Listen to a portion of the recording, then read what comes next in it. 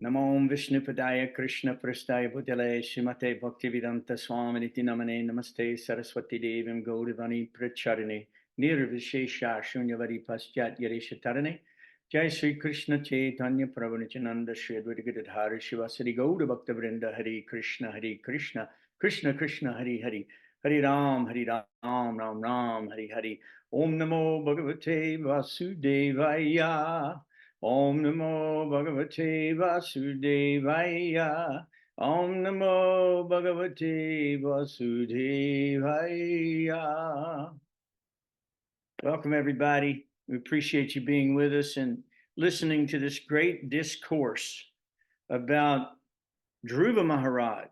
And this next chapter installment, chapter 9, Druva Maharaj returns home. So if you don't mind, I'll start reading and then we'll pass it around. Text 1. The great sage Maitreya told Vidura, when the demigods were thus reassured by the personality of Godhead, they were freed from all fears, and after offering their obeisances, they returned to their heavenly planets. Then the Lord, who is non-different from the Sahasrasirsa incarnation, got on the back of Garuda, who carried him to the Madhuvan forest to see his servant Druva. The form of the Lord, which was brilliant like lightning, and which Druva Maharaj in his mature yogic process was fully absorbed in meditation, all of a sudden disappeared. Thus, Druva was perturbed, and his meditation broke.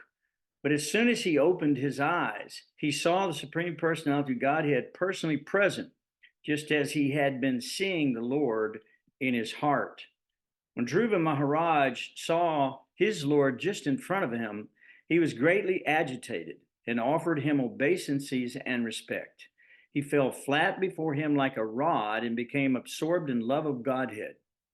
Druva Maharaj, in ecstasy, looked upon the Lord as if he were drinking the Lord with his eyes, kissing the lotus feet of the Lord with his mouth, and embracing the Lord with his arms. Although Druva was still a small boy, he wanted to offer prayers to the Supreme Personality of Godhead in a suitable language. But because he was inexperienced, he could not adjust himself immediately. The Supreme Personality of Godhead, being situated in everyone's heart, could understand Druva Maharaj's awkward position. Out of his causeless mercy, he touched his conch shell to the forehead of Druva Maharaj, who stood before him with folded hands. At that time, Druva Maharaj became perfectly aware of the Vedic conclusion and understood the absolute truth and his relationship with all living entities. In accordance with the line of devotional service to the Supreme Lord, whose fame is widespread, Druva, who in the future would receive a planet which would never be annihilated, even during the time of dissolution, offered his deliberate and conclusive prayers. Druva Maharaj said, "My dear Lord, you are all powerful. After entering within me, you have enlivened all my sleeping senses, my hands, legs, ears, touch, sensation, life force, and especially my power of speech. Let me offer my respectful obeisances unto you. My Lord, you are the Supreme One. But by your different energies, you appear differently in the spiritual and material worlds. You create the total energy of the material world by your external potency, and after creation, you enter within the material world as the super soul. You are the Supreme Person, and through the temporary modes of material nature, you create varieties of manifestation, just as fire entering to wood of different shapes burns brilliantly in different varieties. O my master, Lord Brahma is fully surrendered unto you. In the beginning, you gave him knowledge, and thus he could see and understand the entire universe, just as a person awakens from sleep and visualizes his immediate duties. You are the only shelter of all persons who desire liberation, and you are the friend of all who are distressed. How, therefore, can a learned person who has perfect knowledge ever forget you? Persons who worship you simply for the sense gratification of this bag of skin are certainly influenced by your illusory energy. in spite of having you, who are like a desire tree and are the cause of liberation from birth and death, foolish persons such as me desire benedictions from you for sense gratification, which is available even for those who live in hellish conditions.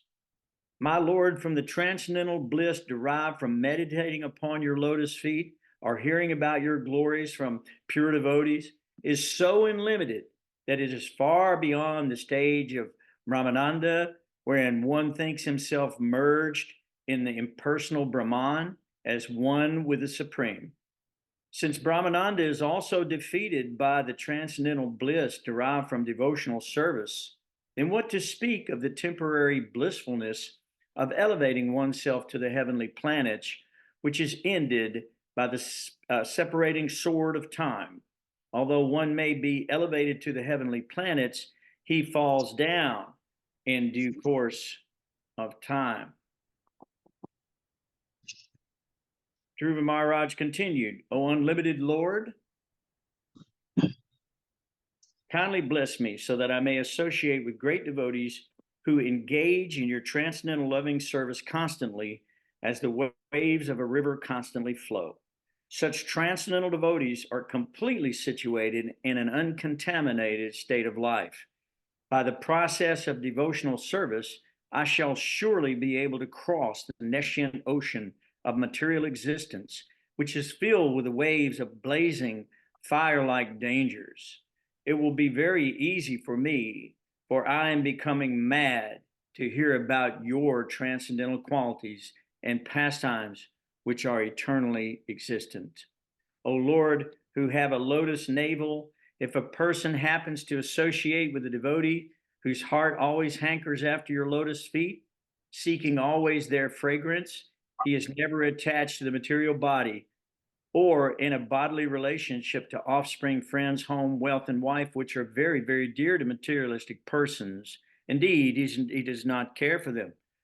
My dear Lord, O Supreme Unborn, I know that the different varieties of living entities, such as animals, trees, birds, reptiles, demigods, and human beings, are spread throughout the universe, which is caused by the total material energy. And I know that they are sometimes manifest and sometimes unmanifest, but I have never experienced the supreme form I behold as I see you now. Now, all kinds of methods of theorizing have come to an end. My dear Lord, at the end of each millennium, the Supreme Personality of Godhead, Garbhodakshayi Vishnu, dissolves everything manifested within the universe into his belly. He lies down on the lap of Sheshanaga. From his navel sprouts a golden lotus flower on a stem, and on that lotus, Lord Brahma is created. I can understand that you are the same Supreme Godhead.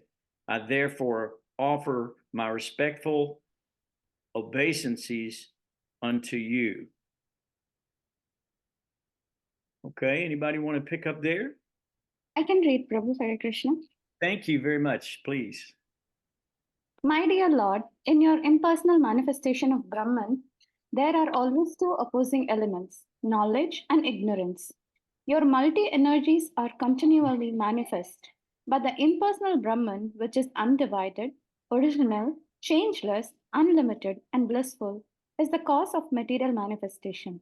Because you are the same impersonal Brahman, I offer my respectful obeisances unto you. My Lord, O Supreme Lord, you are the supreme personified form of all benediction. 944855. Therefore, for one who abides in your devotional service with no other desire, worshipping your lotus feet is better than becoming king and lording it over a kingdom. That is the benediction of worshipping your lotus feet. To ignorant devotees like me, you are the costlessly merciful maintainer, just like a cow who takes care of the newly born calf by supplying milk and giving it protection from attack.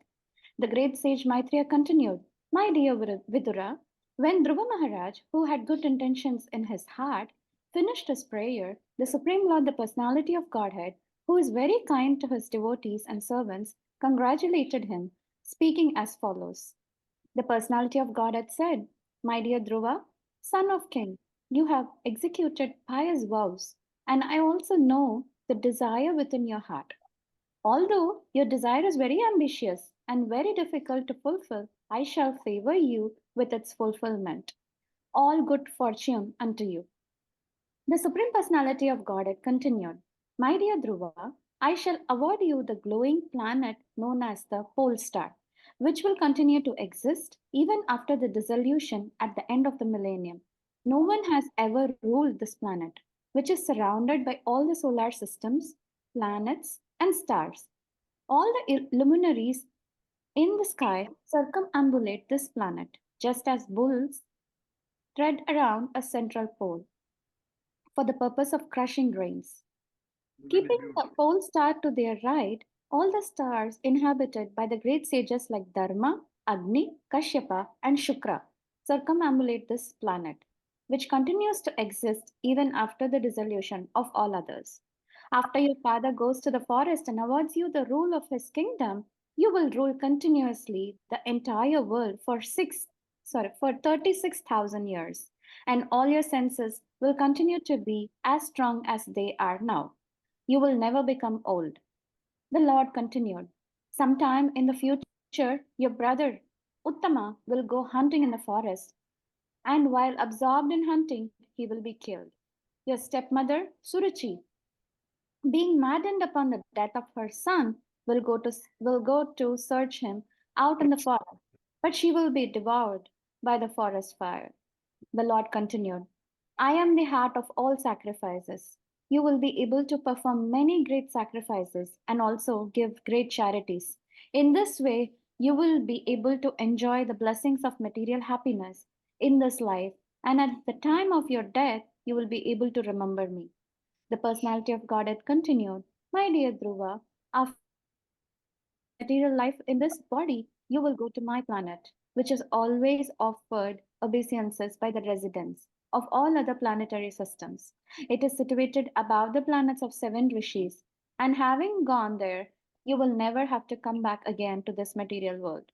The great sage Maitreya said, after being worshipped and honored by the boy Dhruva Maharaj, and after offering him his abode, Lord Vishnu, on the back of Garuda, returned to his abode as Dhruva Maharaj looked on. Despite having achieved the desired result of his determination by worshipping the lotus feet of the Lord, Dhruva Maharaj was not very pleased. Thus he returned to his home.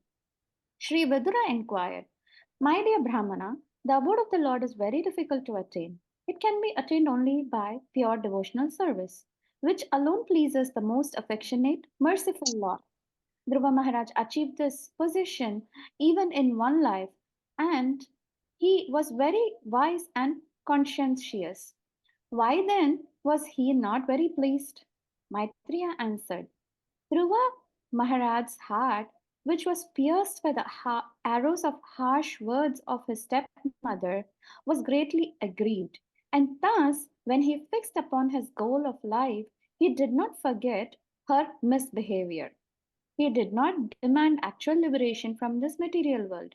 But at the end of his devotional service, when the Supreme Personality of Godhead appeared before him, he was simply ashamed of the material demands he had in his mind. Dhruva Maharaj taught to himself to endeavor to be situated in the shade of the lotus feet of the Lord is not an ordinary task, because even the great brahmacharis headed by Sanandana, who practiced Ashtanga Yoga in trance, attained the shelter of Lord's lotus feet only after many, many births. Within 6 months, I achieved the same result. Yet, due to my thinking differently from the Lord, I fell down from my position. Prabhuji, my daughter wants to read few verses if you Yes, agree. please. Yes. Alas, just look at me. I am so unfortunate. I approached the lotus feet of the Supreme Personality of God, who can immediately cut the chain of repetition of birth and death. But still, out of my foolishness, I prayed for things which are perishable. Yeah, I get the flu. I when I don't know. I just Could you know press, I had press some mute? terrible run-ins today. But Press mute on your phone. but if you want to come over for your stuff, you can come. Continue. I'm gonna be home. See if I can mute. I'm gonna be home for the holiday. You can come. You can come because I I'm don't. not gonna come Sorry, back but here. if you can hear I me, can't please bother rent mute the your house, you phone. We're know. listening to your conversation. No, the house is going on sales, and they said if this house somebody will come and Prabhu, see you're the it, host. You can mute them, Prabhu. I'm and trying they to do said that. I if don't know how. them like Rangavati, would to you buy please mute them, you caller? can rent it. I've already asked them to mute, but they're not listening. So Oh, so you don't get sales for it already? it looks so, yeah. The sales is happening in America, girl, not here. I don't know if this one is. Okay, no problem.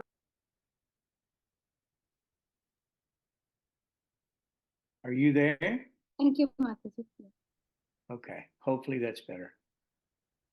Since all the demigods who are situated in the higher planetary systems will have to come down again, they are all envious of my being elevated to Vaikuntha by the devotional service. Vaikuntha by devotional service.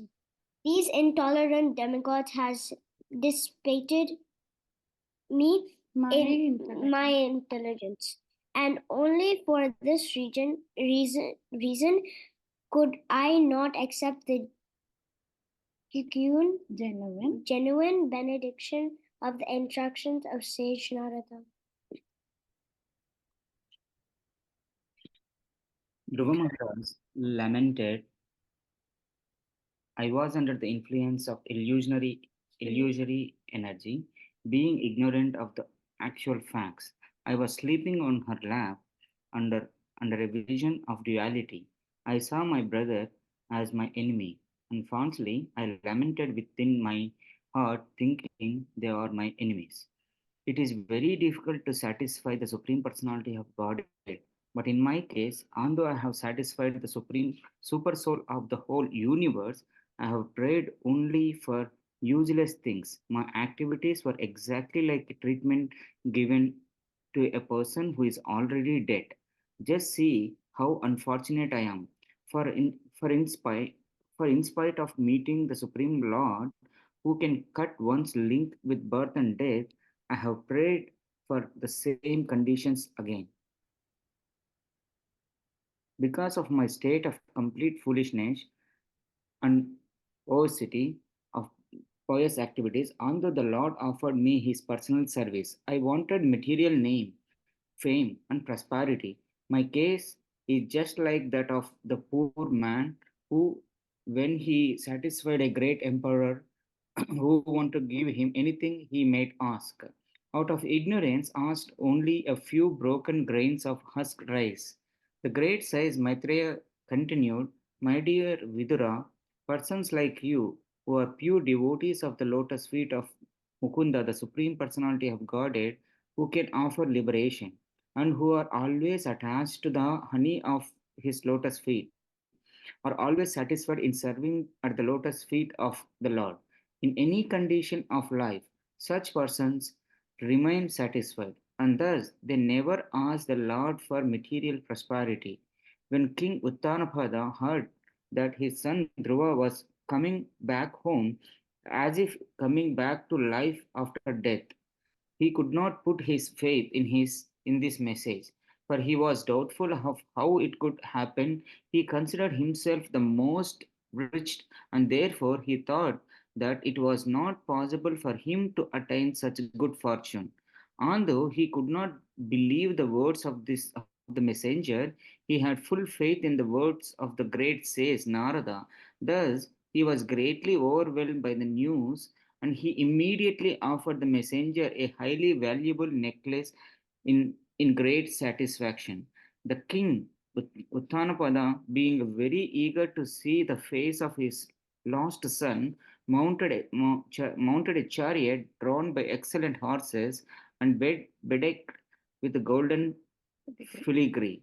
Taking with him many learned Brahmanas, all the elderly personalities of his family, his officers, and his ministers, and his immediate friends, and immediately left the city. As he proceeded in this parade, there were auspicious sounds of conches, kettle drum, flutes, and the chanting of Vedic mantras to indicate all good fortune. Thank you, Prabhuji. Very nice.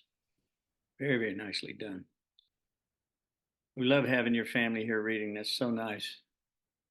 Does anybody else want to pick up from there? Text 42, 43. Anybody else? Huh? I can do it if you want. Please. Yeah, I think it's 41, isn't it? Mm-hmm. Canto 4, chapter 9, text 41. Both the queens of King Uttanapad, namely Sunita and Suruchi, along with his other son Uttama, appeared in the procession. The queens were seated on a palanquin. Upon seeing Druva Maharaj approaching the neighboring small forest, King Uttanapad, with great haste, got down from his chariot. He had been very anxious for a long time to see his son Druva, and therefore, with great love and affection, he went forward to embrace his long-lost boy. Breathing very heavily, the king embraced him with both arms. But Druva Maharaj was not the same as before.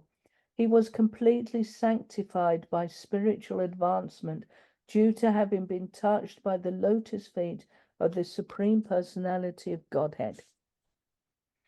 Reunion with Druva Maharaj fulfilled King Uttanapad's long-cherished desire, and for this reason he smelled Dhruva's head again and again and bathed him with torrents of very cold tears.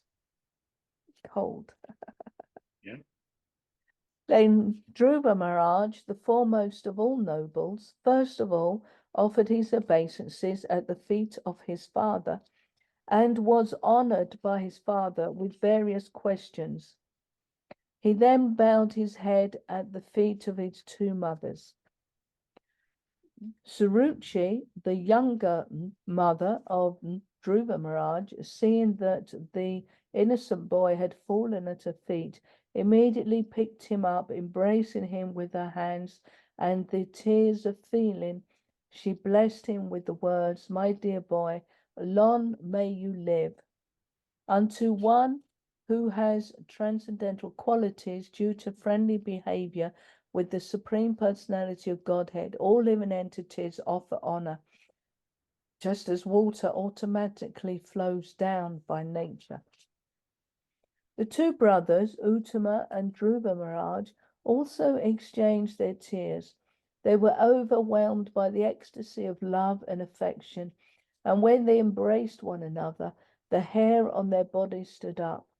Sunuti, the real mother of Druva Maharaj, embraced the tender body of her son, who was dearer to her than her own life, and thus forgot all material grief, for she was very pleased.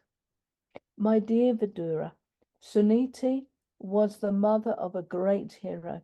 Her tears, together with the milk flowing from her breast, wet the whole body of Druva Maharaj. This was a great auspicious sign. The residents of the palace praised the queen. Dear queen, your beloved son was lost a long time ago, and it is your great fortune that he now has come back. It appears, therefore, that your son will be able to protect you for a very long time and will put an end to all your material pangs. Dear queen, you must have worshipped the Supreme Personality of Godhead, who delivers his devotees from the greatest danger. Persons who constantly meditate upon him surpass the course of birth and death. This perfection is very difficult to achieve. The sage Maitreya continued, My dear Vidura, when everyone was thus praising Druva Maharaj, the king was very happy. and he had Druva and his brother seated on the back of the she-elephant. Thus he returned to his capital, where he was praised by all classes of men. The Very whole- good. Okay. Okay. Well, we have about another 8 or 9 verses. I think Rakesh is here if he'd like to read those. Are you with us, Rakesh? I think you are. There you go. Want to give you a little something to read too. Can you hear me? Yep. Thank you, Rangavati. All right. Which 54. which text are we? Text 54. Which Text 54, chapter 8, 4th canto. which text are we on? Text 54. 54. Okay. Chapter 9. Text 50. 54. Chapter 9. Okay. All right. The whole with columns of containing bunches of fruits and flowers. Betel nut trees with leaves and branches were seen here and there. There were also many gates set up which were structured to give the appearance of sharks. At each and every gate there were burning lamps and big water pots decorated with differently colored cloth, strings of pearls, flower garlands, and hanging mango leaves.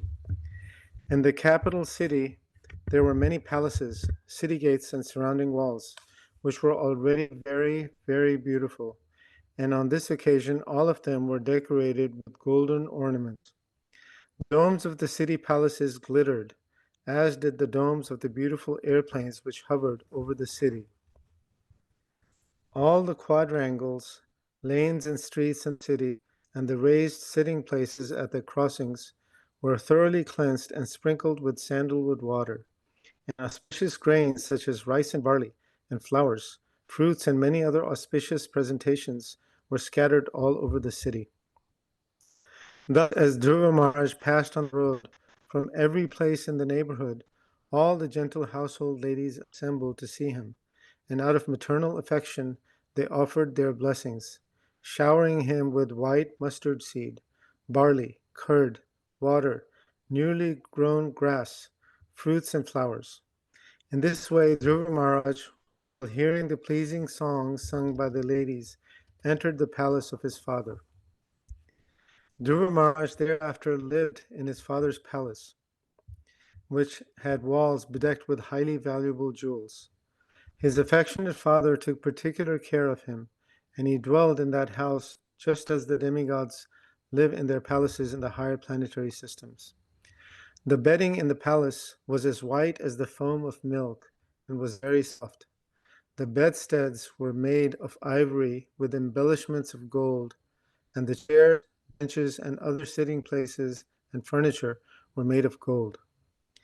The palace of the king was surrounded by walls made of marble, with many engravings made of valuable jewels like sapphires, which depicted beautiful women with shining jewel lamps in their hands. The king's residence was surrounded by gardens wherein there were varieties of trees brought from the heavenly planets. In those trees there were pairs of sweetly singing birds and almost mad bumblebees, which made a very relishable buzzing sound. There were emerald staircases which led to lakes full of variously colored lotus flowers and lilies, and swans, garandavas, chakravakas, cranes, and similar other valuable birds were visible in those lakes. The saintly king Uttanapad, hearing of the glorious deeds of Druva Maharaj and personally seeing also how influential and great he was, felt very satisfied, for Dhruva's activities were wonderful to the supreme degree. When at concentration, King Uttanapad saw that Druva Maharaj was suitably mature to take charge of the kingdom, and that his ministers were agreeable, and the citizens were also very fond of him, he enthroned Druva as emperor of this planet. After considering his advanced age and deliberating on the welfare of his spiritual self, King Uttanapad detached himself from worldly affairs and entered the forest. And that's the last one. Thank you, Rakesh. That was very nice. Everybody, thank you so much for reading that chapter. we have a choice to make, and we're going to do this democratically. We can read the next chapter about, which is actually coming right up, Dhruva Maharaj fight with Yakshas. And so we could do 2 tonight if we want to. This is a pretty short little chapter. It's only got about, 30 verses. So do you want to keep moving? Is everybody ready to read more, or would you rather just discuss this one chapter? Can I get a show of hands? I'll tell you what, if you want to keep reading, raise your hand. Let's see it. No? Nobody wants to keep reading except for me, and I won't do it then. Oh, no, you want to keep reading? Okay, Rakesh. So do I have some readers? Rakesh, can you read another 10? And Rangavati, would you mind reading a few? Okay, I'll read 10. Okay, please do. So 1 through 10. 10, Dhruva Maharaj fight with the Yakshas. The great sage Maitreya said, "My dear Vidura, thereafter Dhruva Maharaj married the daughter of Prajapati Shishumar, whose name was Brahmi, and 2 sons named Kalpa and Vatsara were born of her. The greatly powerful Dhruva Maharaj had another wife named Ila, who was the daughter of the demigod Vayu. By her he begot a son named Utkala and a very beautiful daughter. Dhruva Maharaj's younger brother Uttama, who was still unmarried, once went on a hunting excursion and was killed by a powerful yaksha in the Himalaya mountains. Along with him, his mother Suruchi also followed the path of her son. She died. When Dhruva Maharaj heard of the killing of his brother Uttama by the yakshas in the Himalaya mountains, being overwhelmed with lamentation and anger, he got on his chariot and went out for victory over the city of the yakshas, Alakapuri. Dhruva Maharaj went to the northern direction of the Himalayan range. In a valley, he saw a city full of ghostly persons who were followers of Lord Shiva. Maitreya continued, "My dear Vidura, as soon as Dhruva Maharaj reached Alakapuri, he immediately blew his conch shell, and the sound reverberated throughout the entire sky and in every direction. The wives of the yakshas became very much frightened. From their eyes, it was apparent that they were full of anxiety. O hero Vidura, the greatly powerful heroes of the yakshas, unable to tolerate the resounding vibration of the conch shell of Dhruva Maharaj, came forth from their city with weapons and attacked Druva. Dhruva Maharaj, who was a great charioteer and certainly a great bowman also, immediately began to kill them by simultaneously discharging arrows 3 at a time. When the heroes of the yakshas saw that all their heads were being thus threatened by Dhruva Maharaj, they could very easily understand their awkward position, and they concluded that they would certainly be defeated. But as heroes, they lauded the action of Druva." And verse 10, "Just like serpents who cannot tolerate being trampled upon by anyone's feet, the yakshas, being intolerant of the wonderful prowess of Dhruva Maharaj, threw twice as many arrows, 6 from each of their soldiers, and thus they very valiantly exhibited their prowess." That was the 10th one. Okay. Do we have somebody else that wants to read another 10 or so? I can read for a bit. Okay. Take another 10 or so. Okay. The Yaksha soldiers were 130,000 strong, all greatly angry and all desiring to defeat the wonderful activities of Dhruva Maharaj. With full strength, they showered upon Maharaj Dhruva, along with his chariot and charioteer, various types of feathered arrows, parikas, iron bludgeons, nistrimsas, swords, prasisulas, tridents, parasvadas, lances, shaktis, pikes, shtis, spears, and bushudi weapons. Druva Maharaj was completely covered by an incessant shower of weapons, just as a mountain is covered by incessant rainfall. All the Siddhas from the higher planetary systems were observing the fight from the sky, and when they saw that Druva Maharaj had been covered by the incessant arrows of the enemy, they roared tumultuously, "The grandson of Manu, Druva, is now lost."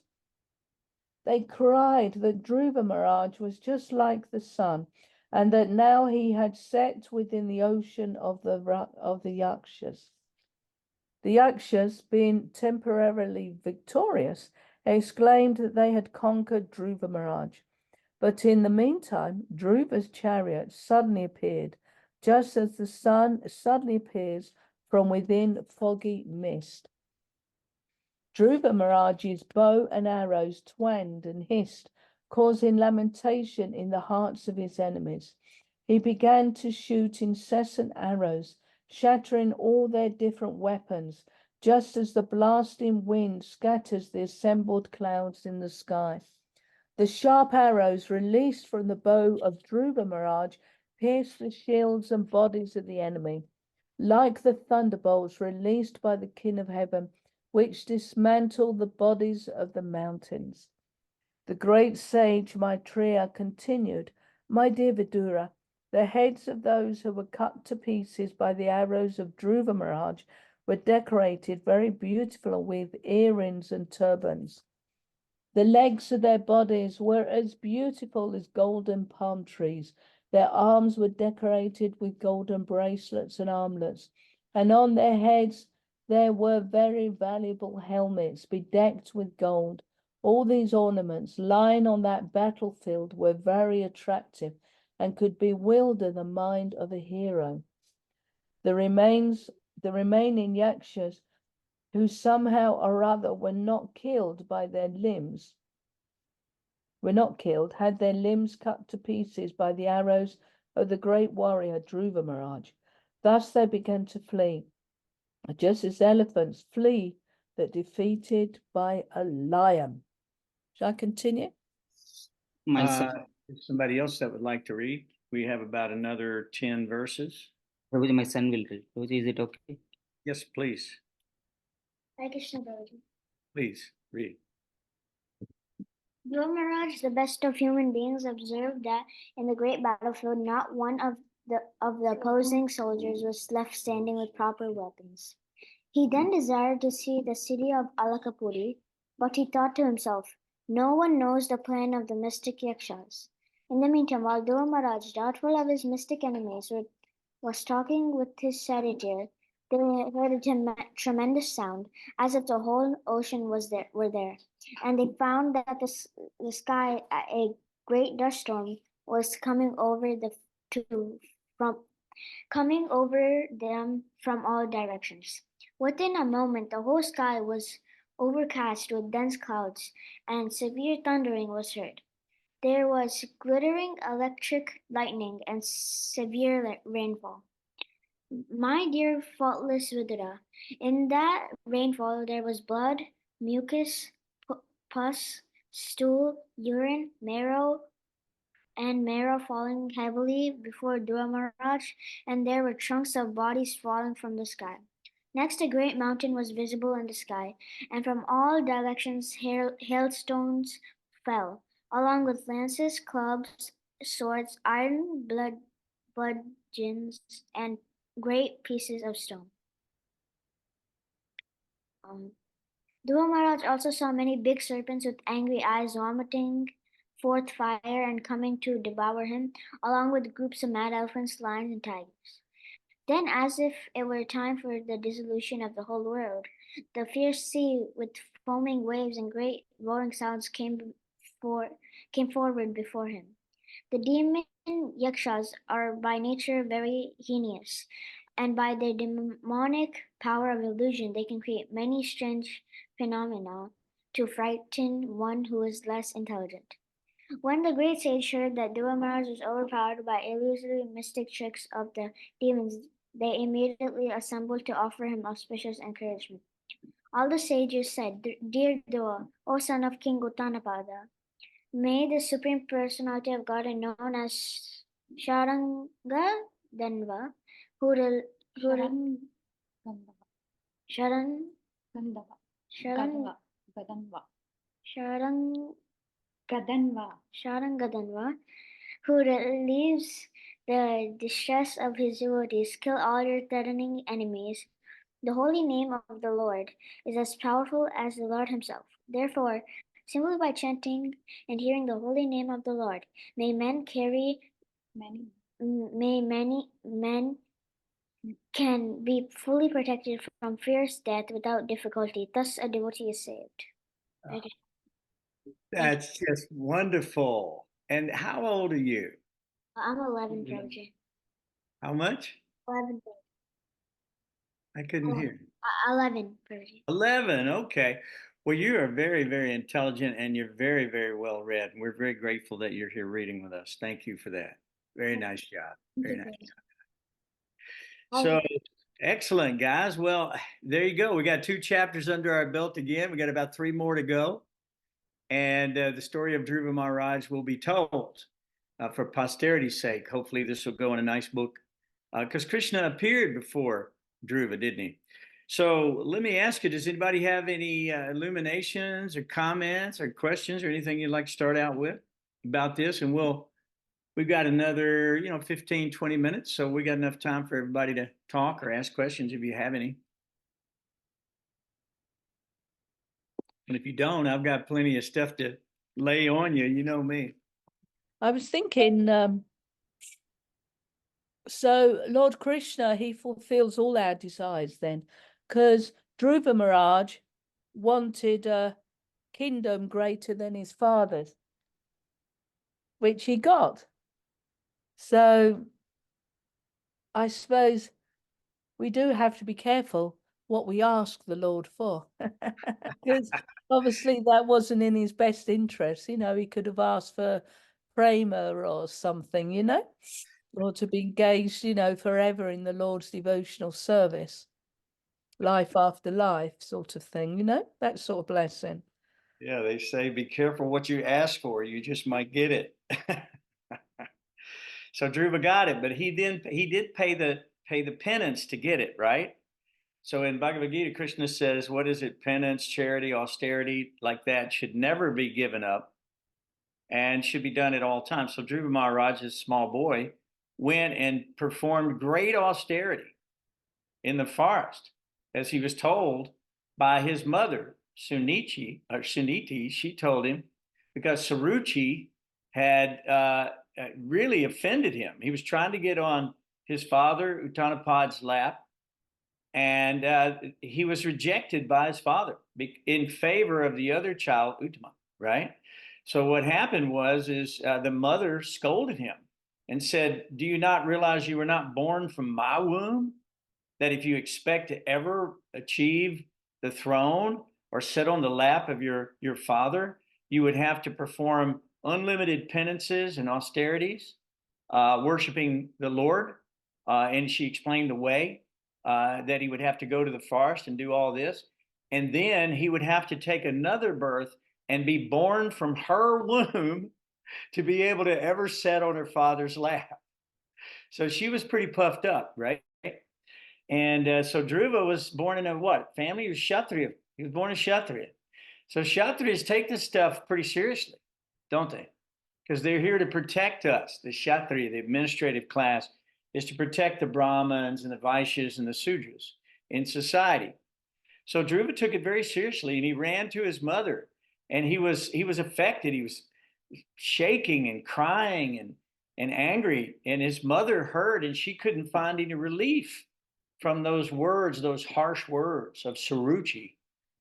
And she herself had to come to terms with the fact that if you ever want to sit on your father's lap, you ever want to become the king, you're going to have to go follow her instructions.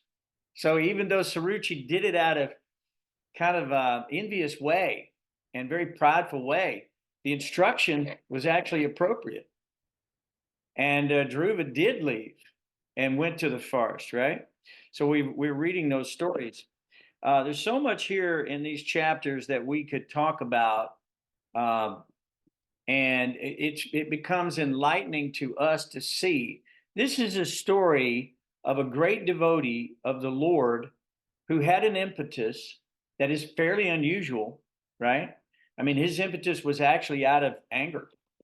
And so when the Lord, when he performed these pastimes in his meditation, performed this meditation, what he saw in his mind's eyes appeared before him and broke his meditation. But it was the Lord in front of him. He was a 5-year-old boy. He didn't know what to say. He didn't know what to do. He was completely choked up. He didn't even have the vocabulary or the words to do it. So what happens? The Lord steps off Garuda, touches his conch shell to his forehead because he understood the mind of the child, and he gave him complete ability to say these most magnificent prayers of complete self-realization of the conclusion of the entire Vedic literature. A 5-year-old boy gave the conclusive proof of the entire Vedic literature, because Krishna is knowledge, forgetfulness, he's remembrance, he's the strength of the strong, right? Krishna is the wise, he's the wisdom and the wise. All of these things come from Krishna. If we study Bhagavad Gita, we can find out who Krishna is. We can see Krishna everywhere. We can never be without Krishna, because Krishna is in everything. As a matter of fact, in text 30 here, it says Krishna is in his holy name. The holy name of the Lord is as powerful as the Lord himself. Now try to get your head around that. The holy name of the Lord is as powerful as the Lord himself. Therefore, simply by chanting and hearing the holy name of the Lord, many men can be fully protected from the fierce death without difficulty. Thus, the devotee is saved. So, Nam Namakari Bahuda Nijasarva Shaktis Tatrapradaniya Mita Smaranena Kala. Krishna says, I've invested all of my potencies in my name. And they're not even hard and fast rules for chanting these names of God. Lord Chaitanya Mahaprabhu says that. That there's no, and it's the Yuga Dharma. It's the full moon of Lord Chaitanya rising above, lighting up the earth with this magnificent rays of the body of the Lord, sharing what we call causeless mercy upon the world. So if we go back, we're going to have to go back to the chapter 9, and I said 8 a minute ago. I'm sorry about that.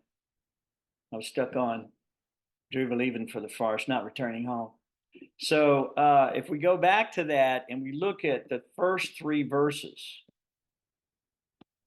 this is amazing, because this is the actual account of a spirit soul who has perfected himself and has caused the appearance of the Supreme Personality of Godhead directly in front of him.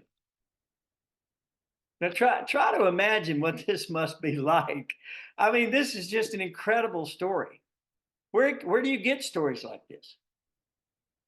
Srimad Bhagavatam, and these have been recorded in the ancient Sanskrit language, locked away for thousands of years, unchanged. Here they are, presented as they are, and we can understand God perfectly well through the eyes of the pure devotee, Druva Maharaj.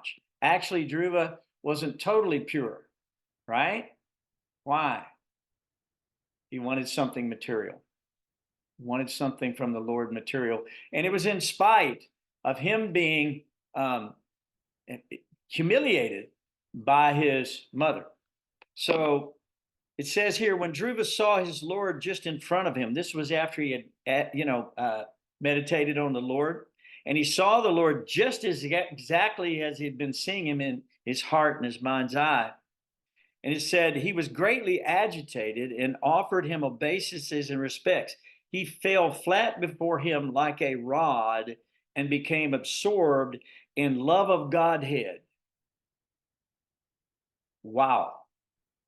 Think about that. If God appeared before you, you would fall flat like a rod. And this story is repeated throughout Srimad Bhagavatam. Everybody sees the Lord can't speak. They fall flat like a rod. They don't know what to say. And then the Lord gives them the ability to speak like he did with Druva. So he was absorbed in love of Godhead, And in ecstasy, he looked upon the Lord as if he were drinking the Lord with his eyes. Have you ever seen something so beautiful that you just drink it up with your eyes? Have you ever had that experience, Rakesh? Have you ever had that experience? Yeah, we have that. When we see the deities, sometimes it's like that, right? We see the deities and we feel like we just want to drink it with the eyes. So when they open the curtains of the altar and the deities decorated with so many wonderful ornaments and the beautiful smiling face of the Lord and the flute and this and that on the altar, we begin to drink that in like nectar. And we can do the same meditation that Druva Maharaj did. And if we go back throughout these chapters that we've been studying, it tells you exactly how to meditate on the Lord. From the feet, gradually you move up, then on the limbs of the Lord, and up, finally to the face of the Lord. But that's last. So in that way, we meditate on God, and we can see God standing before us, and that he can thus be understood as he is. He says that in Bhagavad Gita. I can be seen as I am, standing before you, only by pure, unalloyed, loving devotion. So in this case, Druva Maharaj in his ecstasy was looking upon the Lord not only as if he were drinking him with his eyes, but he was kissing his lotus feet of the Lord with his mouth and embracing the Lord with his arms.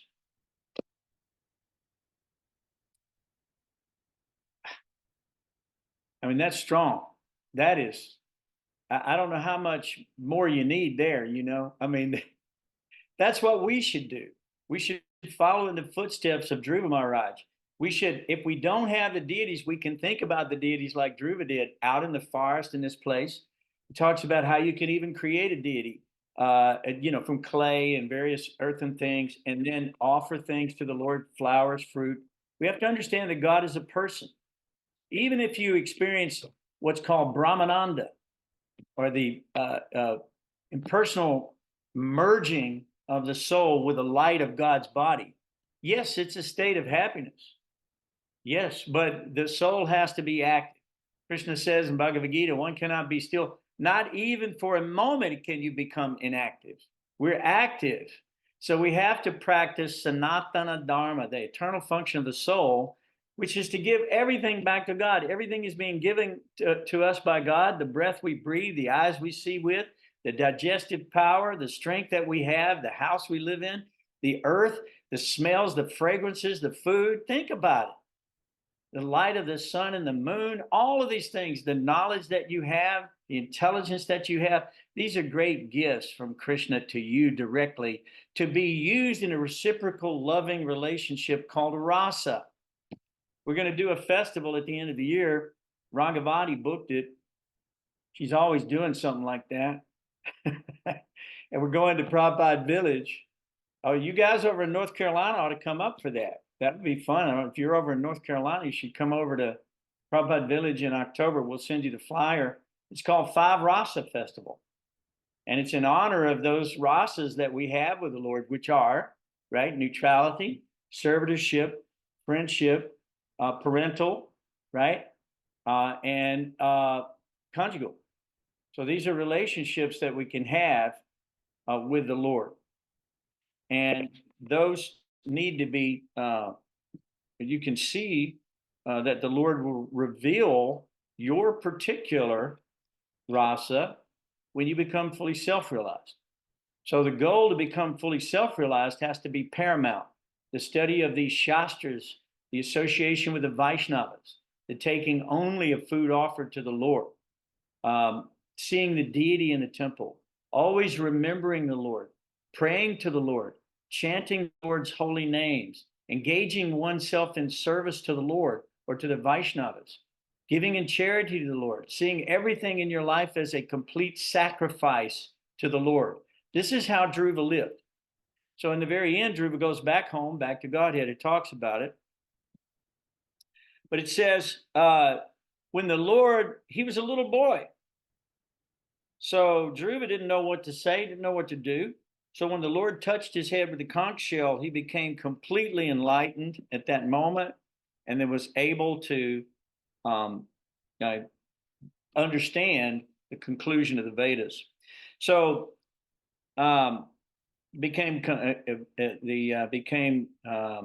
perfectly aware of the Vedic conclusion and understood the absolute truth in his relationship with all living entities, which is a very good point, because all living entities are an expansion of the energy of Krishna, of God.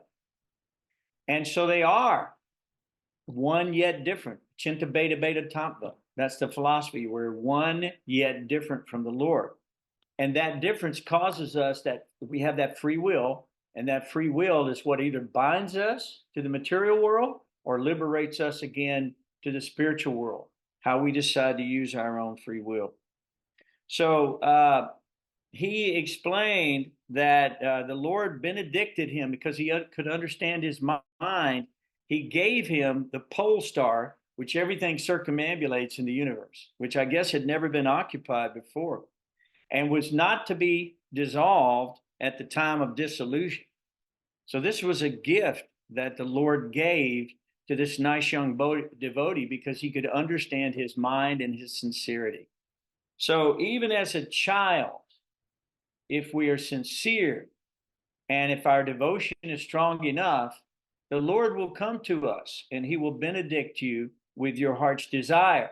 So as Rangavati said a little while ago, you better be careful what you're desiring because you just might get it. So after Druva got these great boons, he was very unhappy. He was given the pole star and he didn't even like it. He was like unhappy about it because he said, you know, I went for the broken glass. I could have had the most priceless gem, love of Godhead, full surrender. If Krishna has created a pole star, how many pole stars do you think he's created? In all these trillions of universes, who knows? How many Brahmas are there?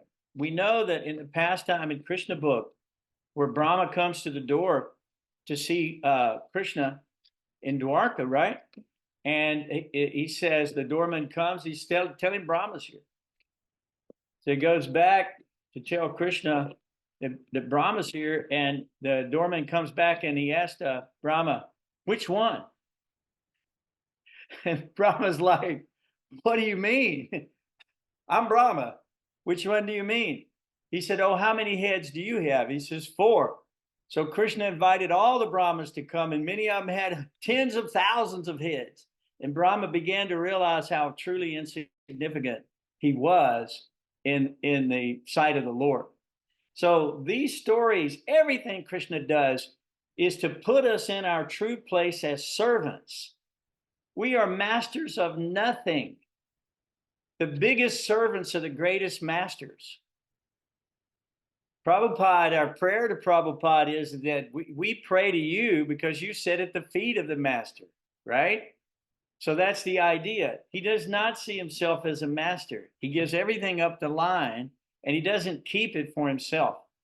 Even in the Bible, it says that if you take the praise of a man, you've gotten your reward. There's nothing left for you in the spiritual sky because you had your reward amongst men. We hope you enjoyed it. See what I mean? Because it's very, very fleeting and is easily erased. All of the benedictions that we have in this world are easily erased. And Druva reigned over the earth for over 30,000 years.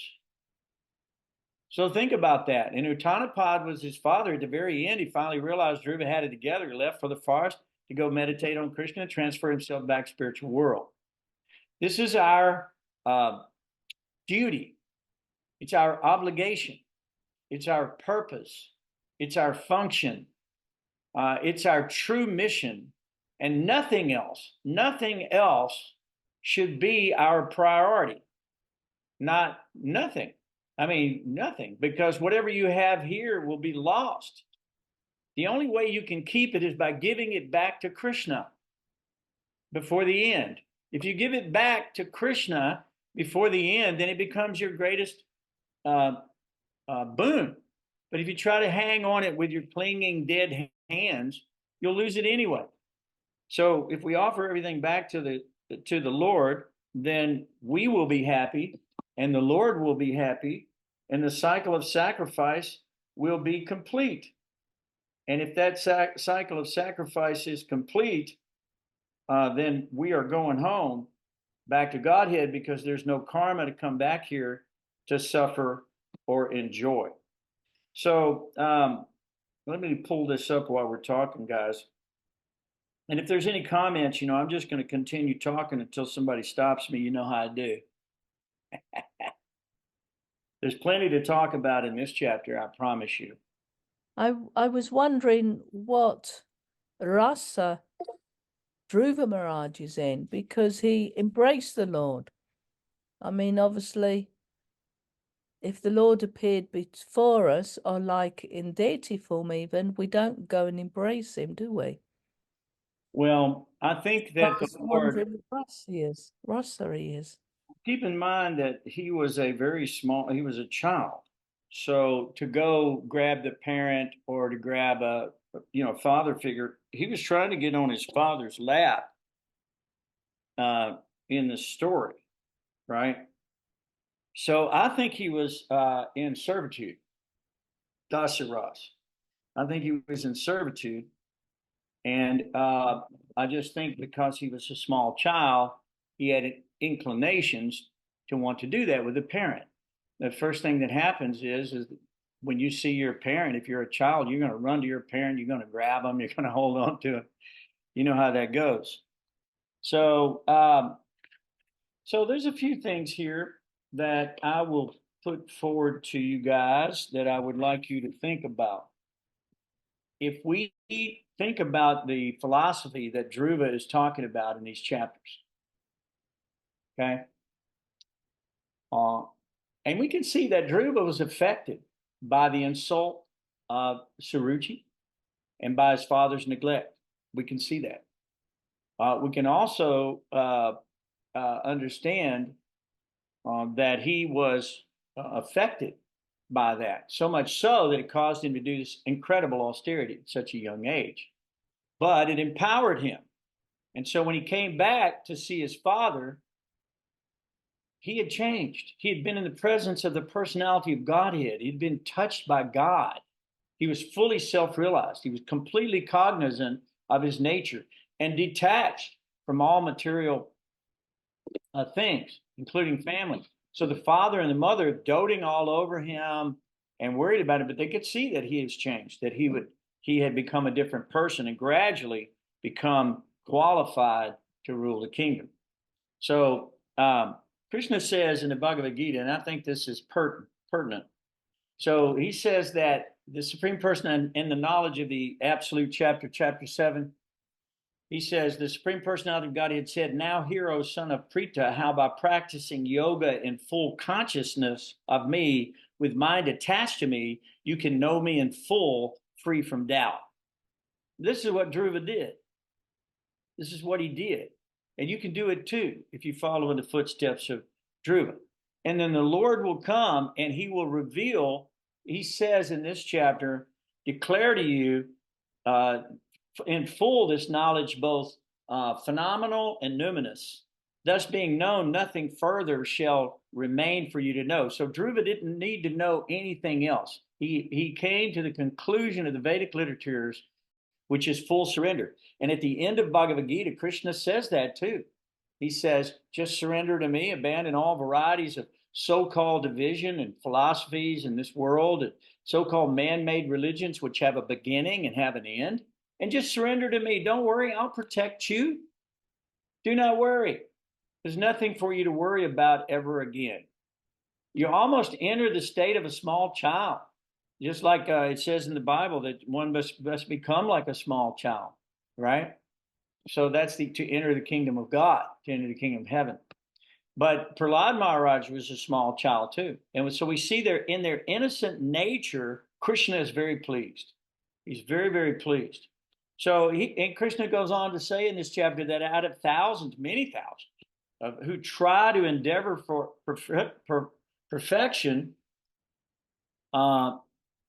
hardly one knows me in truth.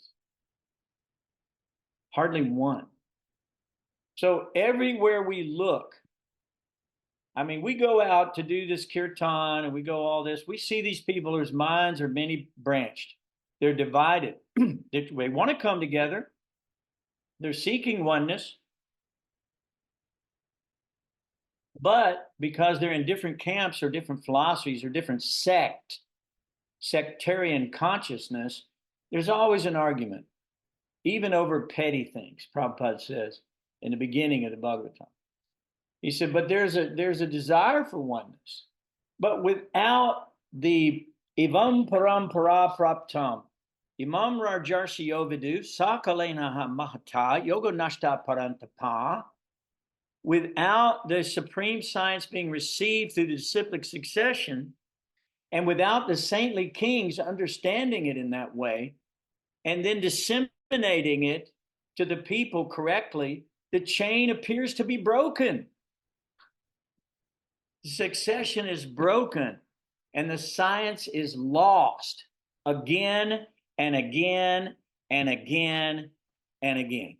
And so the Lord comes in multifarious incarnations at different times in different ways, just like he appeared before Druva here. It says it's like wood of a different species burns, but it burns with different brilliance. Some of it's bright, some of it's blue, some of it's yellow, some of it's reddish color, a different fragrance as it burns.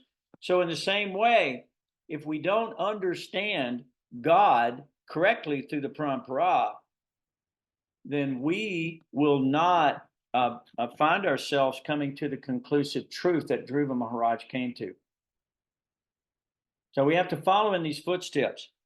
And Krishna goes on to say, Janma karma chamedivyam ivam yo veti tapataha chaktva deham panar janma 19 mamiti sorjana 4:9. He says that one who knows the transcendental nature of my appearance and activities does not, upon leaving the body, take his birth again in this material world, but attains to my abode. He promises this to Arjuna. These are very, very important statements by the Lord, and we can see that the Lord is fulfilling his promise when he goes to see Druva Maharaj, right? The Lord can give you any boon you want. So you have to be very, very careful what you want. You have to ask the Lord, not for broken glass, like Druva did, but you want to ask the Lord for pure, unalloyed devotional service. Lord Chaitanya Mahaprabhu says, Nadanam Nadanam Nasundarim Kavitam Ba Jagadisha Kamaye Mama Janmani Janmani Ishvare Bhavatad Bhakti Rahituki Tai. So birth after birth, all I want is your service. I don't want beautiful women. I don't want wealth. I don't want many followers. Go get them and see how it feels. Everything can become a tremendous burden. Some people want the whole world, and when they get it, they realize the world is not enough. There's a movie called that, The World Is Not Enough. It's an English movie, and I know that Rangavati must know that movie, The World Is Not Enough. It's an English movie. Anyway, so it's a James Bond movie. James Bond. But the world is not enough, y'all. It don't matter how much of this you get. You got to die. Brahma Bhuvanal Loka. Don't matter if you go to the highest planet or you're still going to die. So no one can be happy, Krishna says in 431. No one can be happy without sacrifice. One can never live happily on this planet or in this life, or what to speak of the next. So what is the sacrifice we're talking about? Krishna consciousness. What is that sacrifice? That sacrifice is the sacrifice of surrendering yourself to God and acknowledging God in all things, at all times, everywhere, and in every circumstance. That is called Krishna consciousness. So sometimes you might be 50% Krishna conscious. Sometimes you might be 80% Krishna conscious. Sometimes you might just be 1% Krishna conscious, like me. But you got to work on it until you get it all the way up to the 100%. That's called samadhi. And that's what we're here to do. And Krishna goes on to say, and when you have thus learned the truth, when you have thus learned the truth, you will know that all living beings are but a part of me, and that they're in me, and they are mine. 435. So when we know that, then we act accordingly, because that's self-realization. That's true identification. We're identifying with so many things. Oh, I'm Indian, I'm white, I'm black, I'm a woman, I'm a man, I'm a this, I'm a that. You are not a body. You are not the material body. This will become ash, dust, stool. That's what it's destined for. Not going to stay here. You're not going to be able to stay here. So Krishna says in the chapter, in that same chapter, he says, deluded by the three modes, the whole world does not know me. They don't even know Krishna, because they're in the mode of ignorance, or they're in mode of passion, or they're in mode of goodness. And mode of goodness, you want higher planets, you want a longer life, you want a more beautiful body, you want better sex life, you want better children, you want a better environment. All still lost at the end of the day. So what does Krishna say for you to do? Yoginam api sarvesham madgatin antaratmana sharavan bhajate yomam same yuktatmato mataha. So he who abides in me with great faith, worshiping me, and transcendental loving service is most intimately united with me, and he is the highest of all. So take that to the bank. That is in your bank account. And that is your liberation by doing those things. Now, there's so many verses here that I really would love to go over with you, but I think, guys, we're at 8:15. So I don't know that I want to wear y'all out too bad tonight. You did a great job reading both these chapters. I don't want to push you too hard. You might not come back, right? So is any questions or anything you want to talk about from here? Let me hear it. Let me hear it. If you don't have anything, I'm gonna close this out. The one thing to take away is we follow in the footsteps of Druva Maharaj, and we can also follow in the steps of Uttanapad, King Uttanapad. Of course, he went to the forest and renounced everything. In Krishna consciousness, we can renounce everything without going to the forest, without all these intensive things. We're renouncing right now. This is our time. We could be doing nonsense with it. We've chosen to do Krishna conscious services with it. And so therefore, this is a sacrifice. And you have made this sacrifice tonight, and it is to your permanent benediction. There's no loss or diminution in what your activities are here this evening. And this will protect you even from the greatest type of danger and fear, because you have given yourself. As a matter of fact, when we read on, you'll see that persons who have meditated on the story of Druva Maharaj are benedicted in the most amazing ways. All of these stories are designed to create a meritorious situation for you after death, so that you can take a situation just to your heart's desire. Just please don't make it a material situation, because otherwise you have to come back to the wheel of samsara, repeated birth, death, old age, and disease. So I saw a hand go up. Was there a question? I saw a little hand go up a minute ago. But we could talk a lot more about these demons and their illusions, and how Druva had the power to do all this stuff. He was given by the Lord. Back in the ancient times, these people were very much close to the Lord, and therefore they had godly qualities and godly powers and godly strengths. Arjuna had unlimited godly qualities and strengths. He was directly in association with God himself, laying on the same bed with the Lord, laughing and joking with God. What? Man, when I first heard this stuff, I was blown away. I was blown away. I couldn't believe that this was hidden from me. Who didn't give me this information? How is it that I was born in the darkness of ignorance? How was it that I was kept from this information? And I was given all wrong information. How is it that that happened? And it had not been for my spiritual master, I would still be rotting in that situation. So therefore, we owe everything to our spiritual master, because Om Jnana Tamarandasya Gananjana Salakaya Chakshurun Militandjana Tasmai Sri Gurave Namaha. He comes to us with the torch of knowledge and lights our way back home, back to Godhead.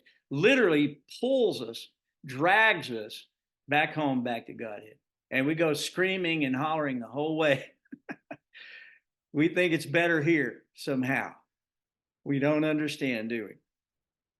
Okay, so I think that's it, guys. I mean, I got tons of stuff, but I guess we'll leave it at that, unless you have any further questions. All right, so I really appreciate you coming. It's good to see all you guys tonight. Thanks for the wonderful reading. You guys are the best, and I love you dearly, and I think that Krishna loves you really good too. I got a feeling. Because of your great sacrifice to come to these Srimad Bhagavatam classes.